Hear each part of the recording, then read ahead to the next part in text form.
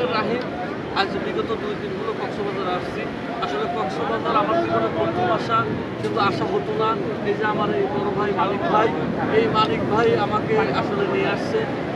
তিনি যৌন পরিবহনের এমডি সাহেব পরিচালনার দায়িত্বে আছেন। বিধায় আমি দীর্ঘদিন ঢাকাতে বসবাস করি, তার সাথে আমার দীর্ঘদিনেরই সম্পর্ক। ভাই আমাকে বললো যে আকরাম ভাই আমরা কিন্তু ট্যুরে যাবো কক্সবাজারে, আমার গাড়িটা নিয়ে যাবো, আপনি যাবেন না? তখন ভাইয়ের অফারটা আমি গ্রহণ করলাম। ভাই বলতেছে যাই, তারপরে ভাইয়ের সাথে আসা আসি। আসলে কক্সবাজারের বলতে আমার জীবনে প্রথম আসা, তো আসলে আমি বুঝতে পারিনি এটা একটা অসাধারণ জায়গা, বাংলাদেশের অন্যতম একটা জায়গা, যেটা না আসলে বোঝা যাবে না। বহু জায়গায় ঘুরছি, বেড়াইছি, কিন্তু কক্সবাজারের মতো জায়গায় আমি এরকম জায়গা আমি কোনো জায়গায় পাইনি। আসলে মানিক ভাই আমি কিছু কথা বলার জন্য বলতেছি, আসলে এখানে আসার পর ভাই কেমন লাগে?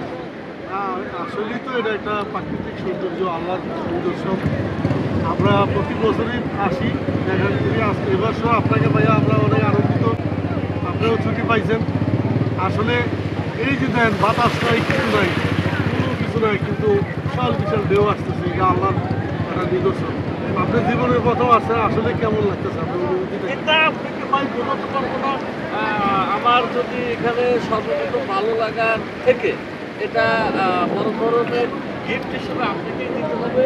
কারণ হলো যে আপনি আমাকে নিয়ে আসছেন, আসলে আমি বুঝতে পারিনি যে খালি নাম শুনছি কক্সবাজার, কিন্তু আসলে কামে হয় নাই। কিন্তু আসলে এটা একটা আসলে বাংলাদেশের মধ্যে অন্যতম একটা জায়গা। এখানে আসলে আর যাইতে বলতে আরো মানে অনেক দর্শকের জায়গা আছে, ভাষা প্রকাশ করা যাবে না।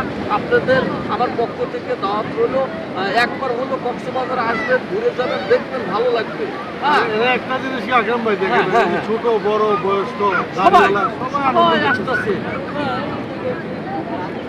আর পানির কি ঢেউ। ঠিক আছে মানিক ভাই, আসলে মানিক ভাইকে আমি ধন্যবাদ দিয়ে ছোট করবো না। মানিক ভাই আমাকে আসলে নিয়ে আসাতে আসলে আমি অত্যন্ত খুশি, আনন্দিত। ভাই প্রতি আমার কৃতজ্ঞতা। এই বলে শেষ করছি। আসসালামু আলাইকুম ওয়া রাহমাতুল্লাহি ওয়া বারাকাতুহু।